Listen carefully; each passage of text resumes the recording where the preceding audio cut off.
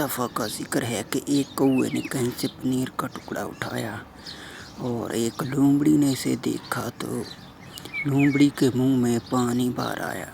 वो इसे खाने के लिए एक दरख्त पर जा बैठा। उधर से लोमड़ी भी आ गई और इसकी खुशामद करने लगी कि तुम्हारी आवाज़ बहुत सुरीली है, अपनी सुरीली आवाज़ में मुझे गाना तो सुनाए।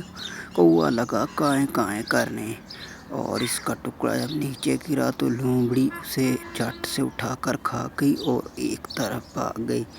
कौवे को तब समझ में आई अपनी बेवकूफ़ी और वो अपने किए पर पछताने लगा।